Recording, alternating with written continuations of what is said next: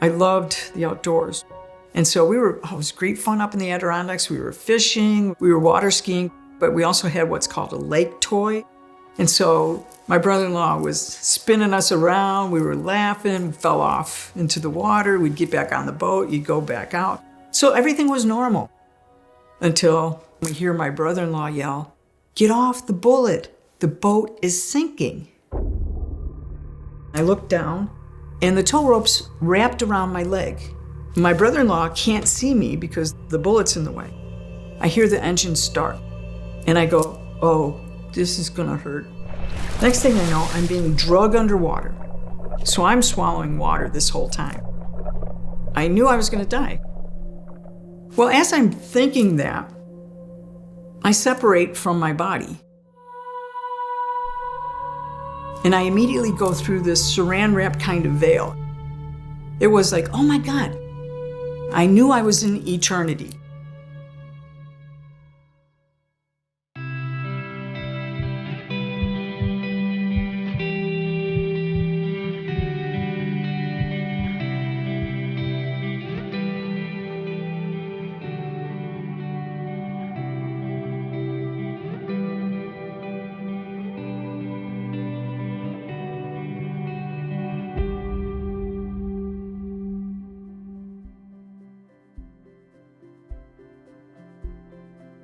I'm Donna Rebadow.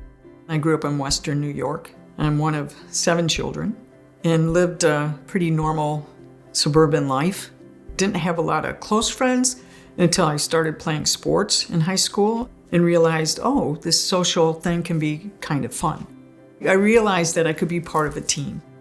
And so I had some athletic abilities and I went down to Texas to play basketball at Wayland Baptist, but I also wanted to make sure that I would be employed because I saw the discrimination against women in lots of different arenas. So I thought, well, I'm gonna have a double major, have maybe 2 masters, I didn't know what I was gonna need to be employed. So that's what I started doing after college is I started working and going to school on my master's, and I have a master's degree in physical education and I have a master's degree in Oriental medicine and acupuncture.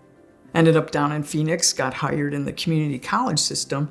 So I was a professor for the last 30 years. I retired in 2015.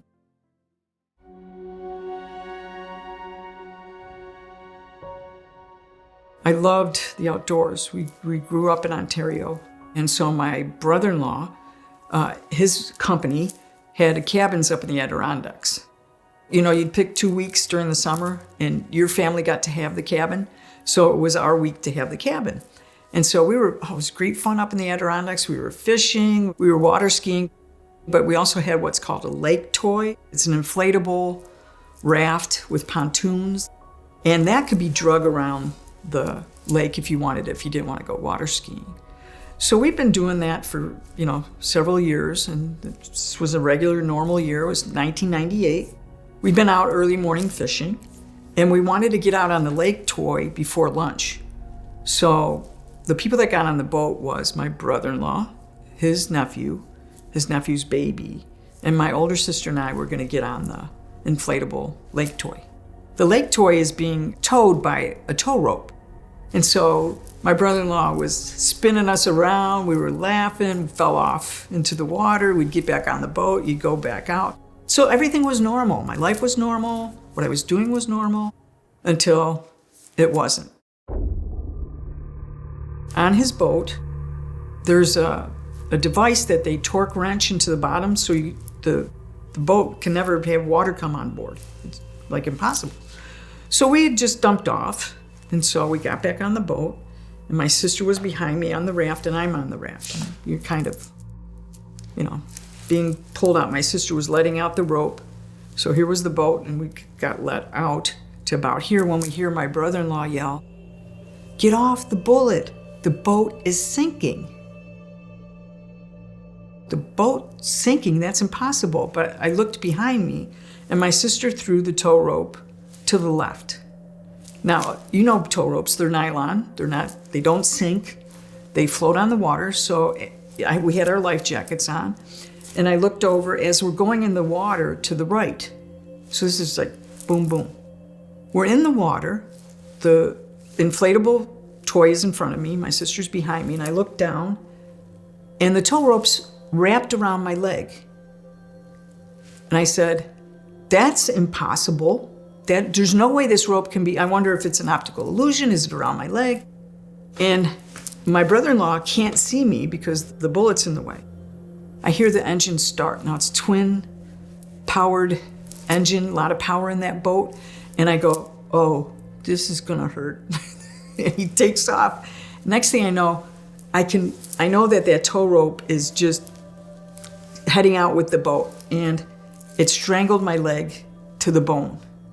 And when it did that, there was an explosion of pain in my head. You know, it was like, oh my God, this is really hurting. Next thing I know, I'm being drugged underwater. So it's the boat, the bullet, and myself.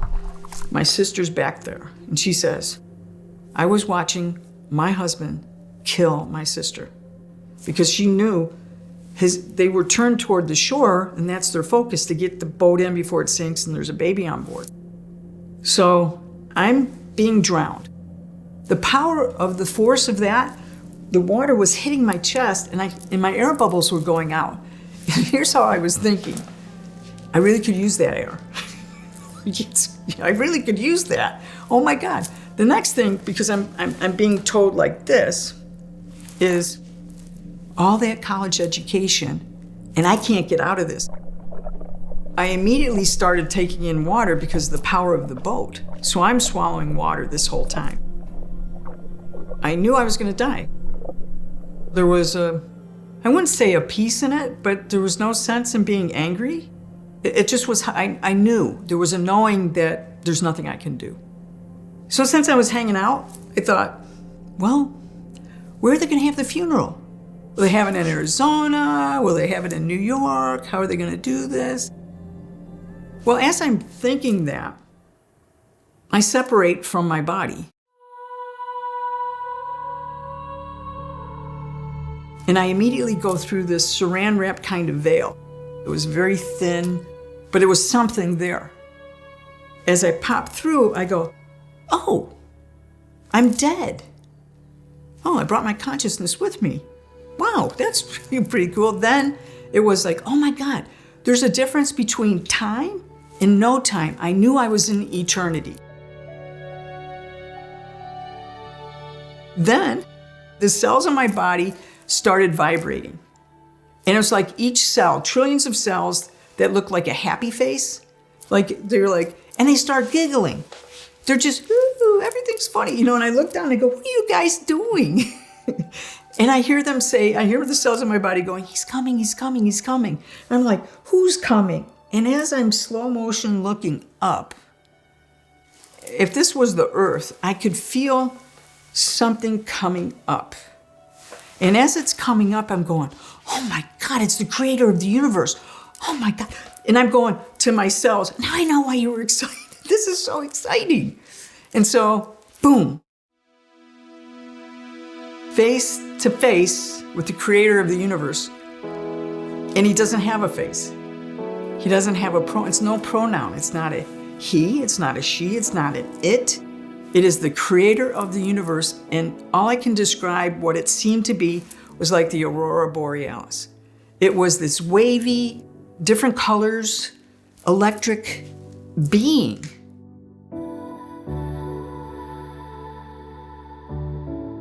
I don't know if you know about telepathy. You know, most people, I don't know how they experience telepathy, but this is my first time experiencing telepathy. And it was you know when you go to the bank, you go to a drive-in bank, that teller, and you put your money in that little tube, and it goes out? It's like that. It's like a tube of knowledge that is being sent into your brain this way. And when it gets into your brain, it unpacks. And so I was like, oh my God, this is really kind of cool. And as I'm having a thought, the creator of the universe is having the exact same thought. And it goes like this. Oh my God, the creator of the universe. And I hear back, I am the creator of the universe. And I'm like, oh my God, you know everything. As I hear, I know everything. So it was this beautiful conversation, that I knew I was in front of the creator of the universe. And it was like, I started seeing the expanse of what this really means to be eternal. And, when people talk about multidimensional, and it was like, oh my God, this is just so amazing. I started looking back to Earth going, oh, I hope they're going to be okay with me, being dead and drowned.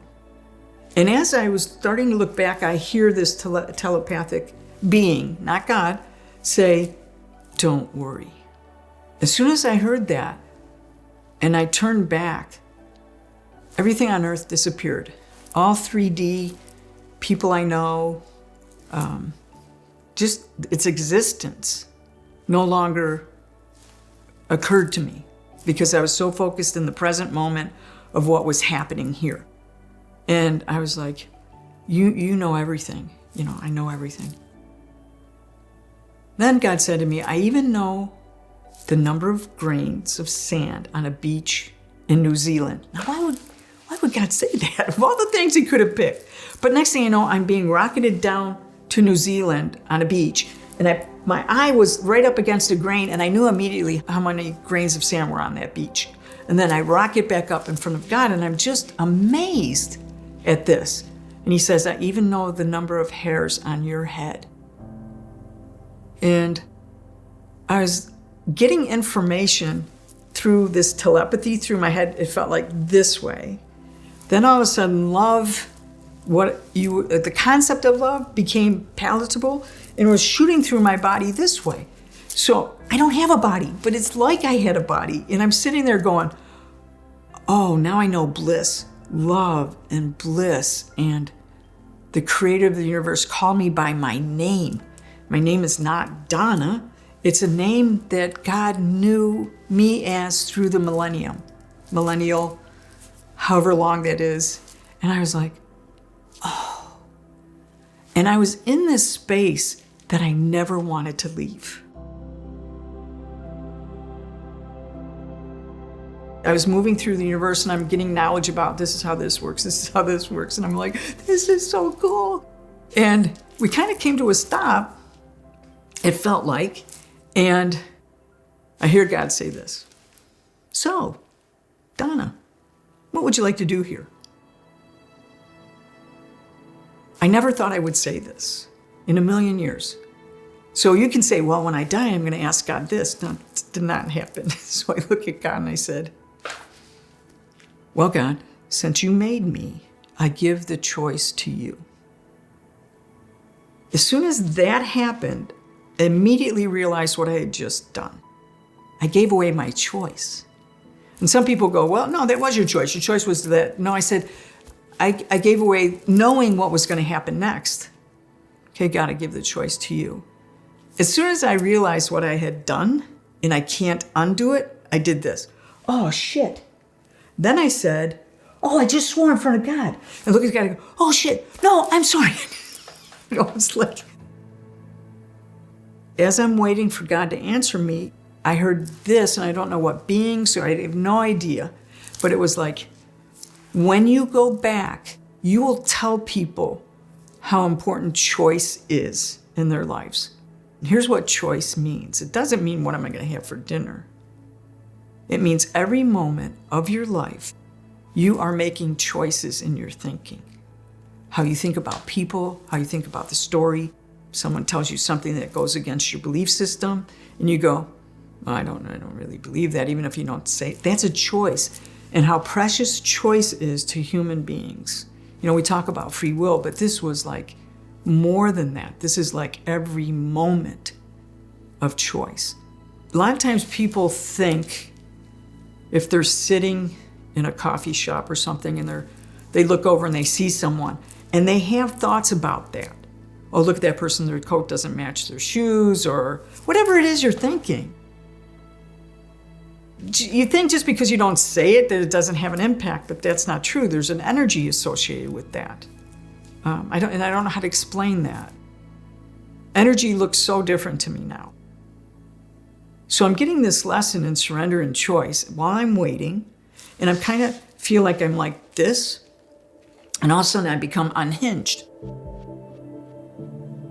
And I feel like I'm falling back to earth, and I hear this. I swear I hear this. He says, "Good answer." Because I'm falling back and I hear, "Good answer." And I land inside my body. I snap back in my body and I realize my lungs are full of water. What's going to happen here? What just happened? What happened was my brother-in-law is driving the boat and he feels a hand on his shoulder. No one's there. He turns around and he's like, "What?" But it made him stop the boat. And he saw the bullet kind of acting funny. Well, it was me on the end. So I go, "Oh, I'm alive."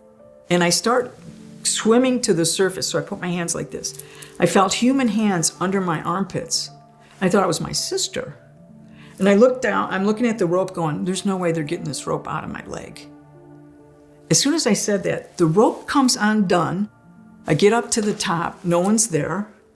And I feel like pounding on my back, like I just started gallons of water. And my sister's, she must have looked like Superwoman swimming across the lake to get to me. And I looked down at my leg and I went, oh my God, it's in half. So I'm kind of holding on to my leg as my sister's swimming up and I'm yelling, "Don't look at my leg, don't look at my leg." What does she do?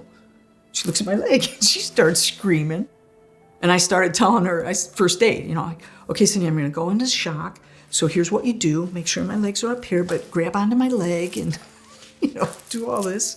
So my brother-in-law gets another boat, but he was not in a hurry because he doesn't know what happened out on the lake. But when he comes out with the other boat, I do the same thing. "Don't look at my leg." And he looks at my leg. And he's gonna try to get in the water and get me on the boat. And I said, "No, if you get me on the boat, my leg will fall off.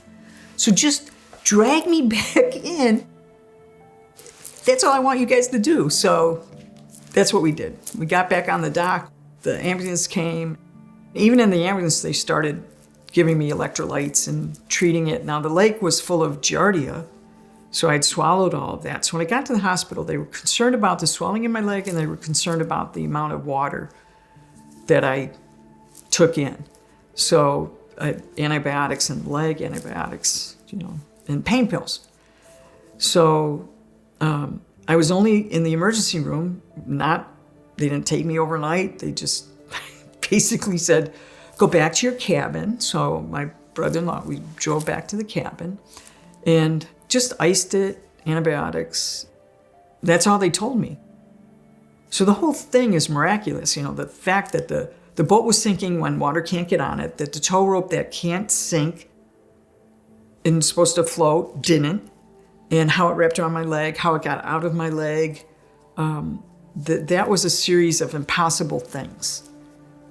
How did that happen? So I spent a lot of time going, how did that happen? How did I get there?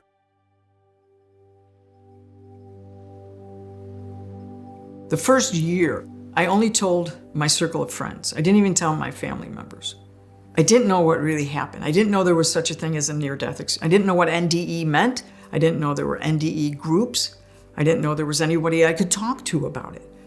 So I just kept talking to the other side. I would have an intention before I went to bed or sleep. I'd say, I have some questions about what's going down here. So the first, 6 months was just dealing with the wound itself. And then I had no feeling in my calf. I'd have no feeling in my toes.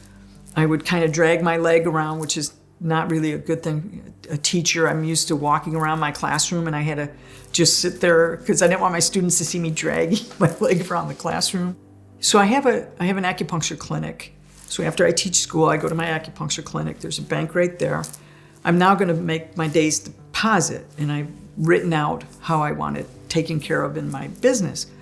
So I go in the bank's quiet, there's a line behind me, but I have a piece of paper and I shove it to the teller as my nerves, when they start to regenerate, it's an explosion of pain. You can't not yell, no matter, what you do. So as I'm putting how I want take care of the cash, I go, "Ah!" And the teller thinks I'm robbing the bank. So she goes, "Ah!" And because the two of us said, "Ah," Everyone in the bank got on the ground, they're just got their cell phone, they're calling the police. I'm going, no.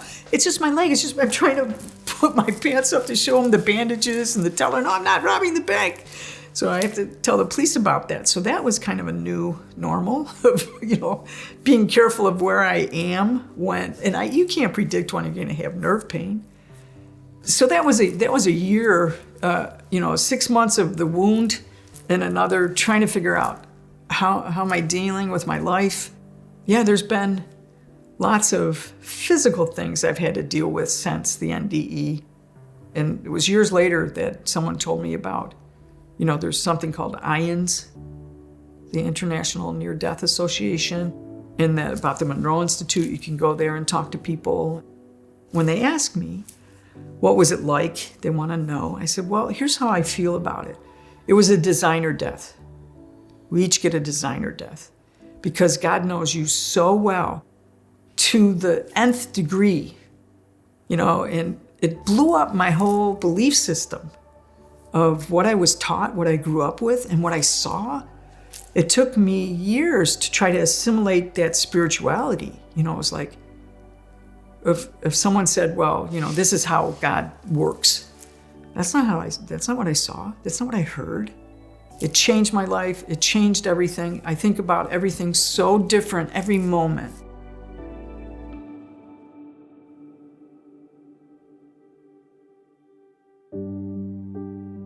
So I've loved deeply here. I know what that love is, and it's the most powerful force on earth. The love over there is a pure love. And it doesn't mean that you can't have pure love here. Like I said, it's very difficult, some of the concepts. The love of a husband or a wife or a child, or seeing the birth of your child, and you think that it's such bliss or it's not going to get better. It's 100 times better. It's, I think, a love that I can't explain, but you would have to experience it. And I didn't expect that. So all you people that are watching that think it's the product of your brain, how do you explain that? How do you explain to me, because I know love here and I know love there. Every cell, every part of you that makes you who you are is bathed in this pure bliss of safety and security and love, and that you never want to leave. This is why when some people are given the choice, they say, I'm not coming back. If you listen to near-death stories, I was given a choice and there's no way I'm going back there. To be here is hard. This isn't heaven. This is a working planet. So you have to come to a belief system of how that fits or assimilates. How do you assimilate suffering in this? Some people call it a school, a hospital, a working planet, whatever you call this. This is not that. And what you bring there is what you're able to work through and work out in your own heart. You bring your heart there. You bring the essence of your heart and love there.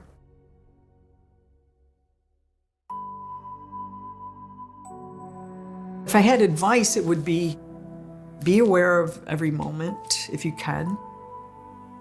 I don't think for most people that's possible. Most people are thinking, I would tell my students, you have an 8-track brain. 8 things are going on. I got a grocery list, I have trying to resolve this issue, I have these things to do, I have these decisions to make. So I see that they're living an 8-track life, and it's very difficult to get that down to the present moment. So it becomes first awareness. You have to be aware of where you are in your spiritual, in your life. I saw that with my students. Where are you in your belief system?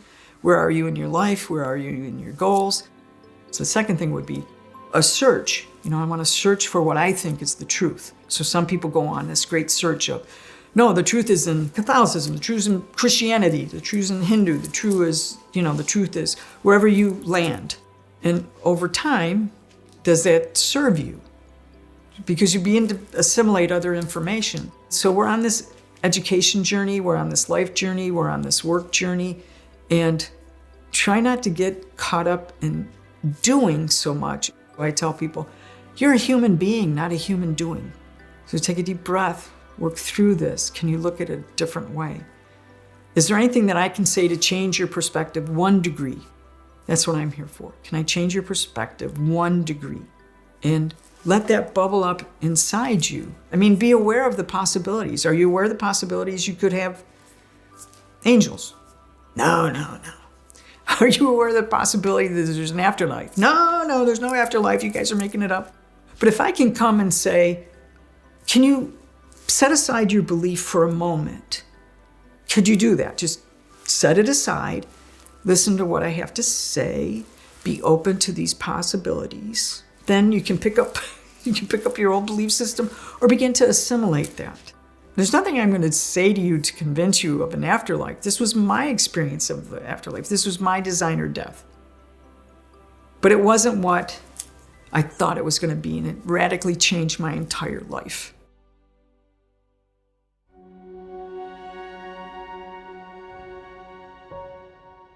I wanted to make sure that I was living a full life. So I brought laptops to Chiapas, to the Mayan students. I brought humanitarian aid to the war-torn areas of Croatia. So I was in China studying during the 2008 earthquake and was able to do some work there. So I've been a humanitarian, a poet, a writer. And it wasn't so much human doing as much as I was experiencing the planet. I'd have people ask me questions about that. And every single person said, I'm waiting. I'm waiting till I retired. I'm waiting until the kids come out of the house. I'm waiting for this check to come in. Don't wait. Whatever circumstances you're in, I get that you can't just drop everything and do stuff. I understand that. But you should never say to yourself, I'm going to wait. I have a podcast. I'm learning how to metalsmith. I'm making jewelry because I want to experience this. None of that's on the other side. None of that. So that's here. So let me, set up my house so that I have rooms so I can go to my podcast room and I can go to my music room and I can, go to these different rooms and just enjoy this.